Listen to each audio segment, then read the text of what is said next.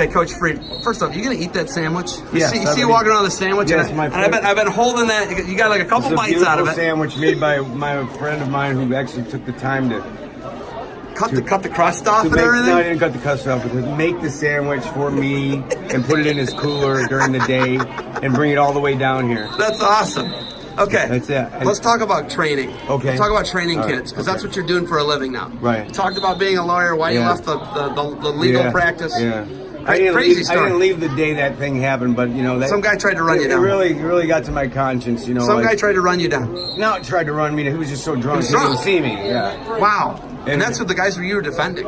And I kind of just like. And you were done. I mean, there's other areas to practice, but it's it knocked me back on my heels. Like you were done. Thinking. No, I wasn't done for that. But you wanted to left be done. Practicing there because I had to move back home when my mother actually got sick. So I had to leave my job. That incident or whatever had happened around in Chicago to come home and take care of my mom. Cleveland area. Passed away. Yeah. University Heights. Yeah. Okay, so Beechwood at the time. Beechwood at the time. Okay, so you look at that. It's a life-changing event. You know, you come home for family reasons. Yeah. You're back into wrestling. It's like the mob. You can't get out of it, right? It's crazy because you moved on essentially, but not essentially. Kind of, but not kind of, right? You never move on. I mean, this is the greatest place in the world. I mean, the local wrestling tournaments is like a form of non-religious church for like people. I agree with that. Keeps you normal, keeps you grounded. You see the kids grow. You see them cheer. You see them cry. You know, you see all sorts of stories going on at the same time in this environment where everybody just learns what the truth is for the day. Did you work hard enough up to today? Did you try hard enough during the day? And you know, you got your result already today, so you have feedback to go back to the practice room and figure it out again. It's like, you know, one of the beautiful things about life is wrestling, the actual wrestling specifically. Okay, so when we talk about wrestling, I talk about how great of a wrestling mind you have. You know, it's like the amount that's just going through there. There's a lot going through there, right? There's a lot. You watch match management, positions. Yeah. You know, top, bottom, neutral, freestyle, Greco. You're thinking about all of it all the time, and you're coaching youth kids now. You know, Dolph's here. Yeah. Dolph's coaching youth kids now. You guys are like, you guys were, you know, guys who were U.S. national team members, at least, you know, on the ladder, right? Like guys who could challenge to get the Olympic spot. Yeah. Both NCAA champs. I look at, you know, is it hard to come down levels? No. And coach kids. No, once you've had your moments of glory and pain, you know, in the spotlight, even if you haven't had any moments like that, but no, it's not going down at all. Like, I don't need to be at the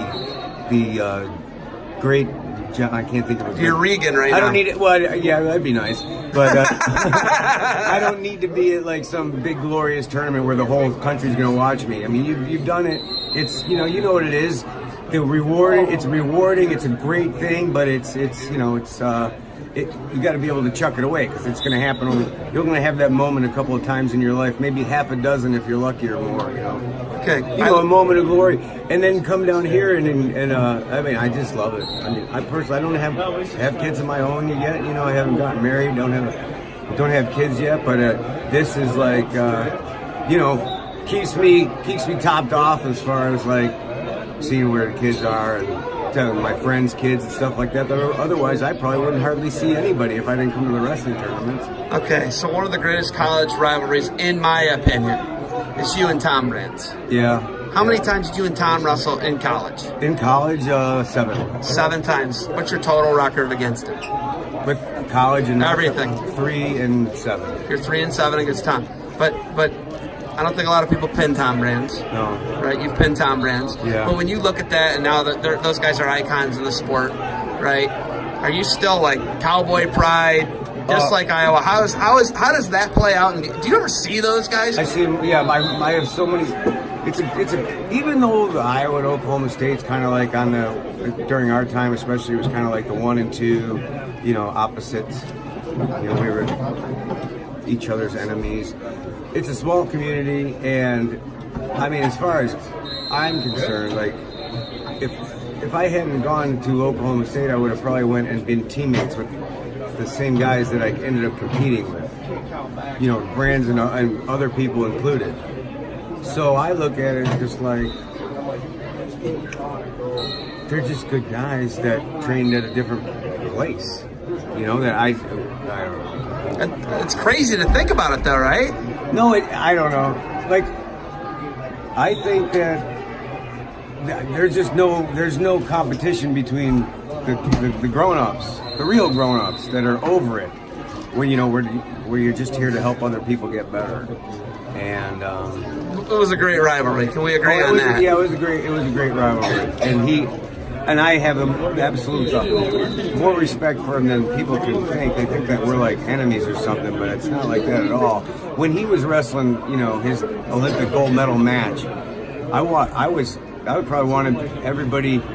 I know he was already a world champion from '93, but most people don't know that. Like most people in the general public don't know that, because I always had to deal with like, why is this guy so tough? Like, you can beat everybody, but you have trouble with this one guy. And I tell people, like, do you notice that other people are having trouble with him too? It's not just me. That's why he keeps ending up in the finals, me and him at these tournaments.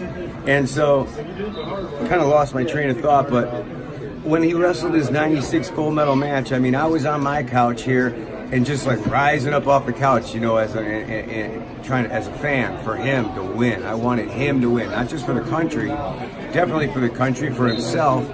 But it kind of like people kind of get off my back when I say, yeah, the guy you're talking about actually ended up being an Olympic champ.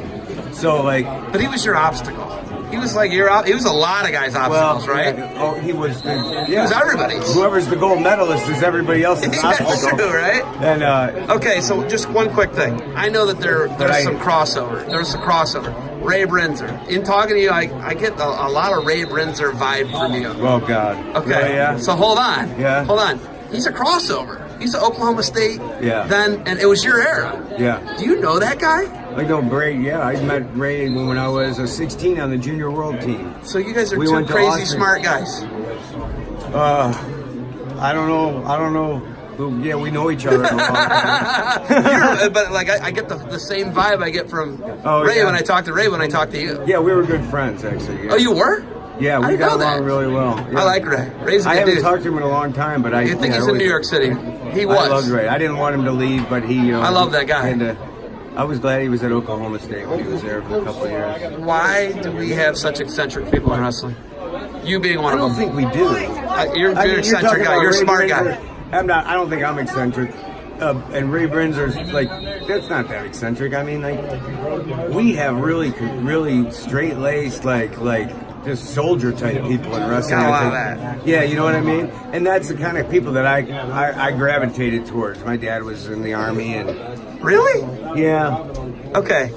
So we've got all these people. Speaking of OAC, this organization that runs these tournaments. Yeah. They're kind of like soldiers like that. They kind of like run like these just top-notch events. What do you think when you bring your kids to an event like this? This is like the top of the events. I'm really glad that they have something nice like this for the kids now, which they didn't really have when I was a kid. They didn't have a beautiful tournament with, they treat it basically like the high school state tournament with the glitz and the glamour of what you get in a wrestling tournament. Yeah, right? So I'm glad that they have that for little kids now.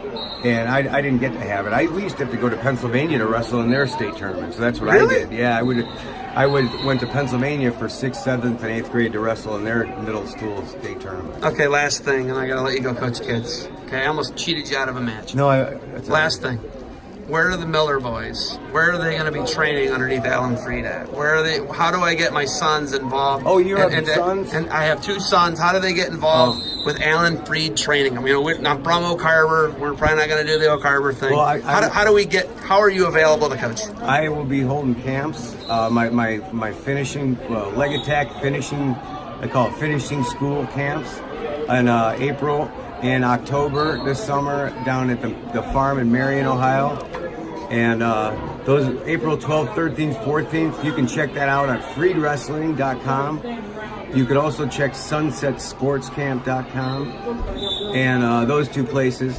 And you'll find my 2 weekend camps coming up, and then we'll be also holding practice. CVCA is where I hold practice. That's where practice the Ohio Elite, which which we practice sometimes with 216 at Western Reserve.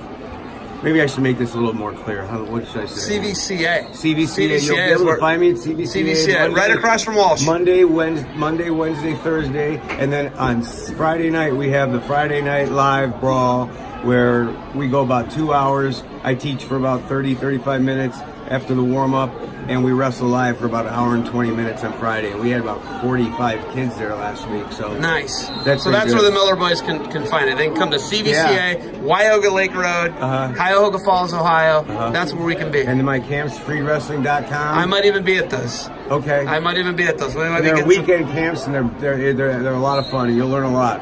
I try to make time for every single kid and make sure everybody improves during my camps. It's not a lot of live wrestling. It's a lot of strategy and technique, and a lot of variety. All right, you got some coaching to do. You got anything else for me? No, I think we covered it all. You know, I want to say that people talk about that rivalry with Brands and me and all that stuff. Yeah, but the truth is, I would have loved to be teammates with both of those guys. You know, they had both the Brandses and the Steiners, so 2 sets of identical twins at Iowa. And it was all, they were all in succession. Yeah, in succession. From 18 to 42, or 26 to... Would you have cut weight? Like, you're the type of guy who would cut your arm off to make a weight, it felt like. Would you have done it? I don't know. Gone any way you wanted to? There was no way. I don't know. I would have... No matter what I would have had done, I would have had to wrestle off another NCAA champion, which I kind of also had to do at Oklahoma State anyway, but, you know...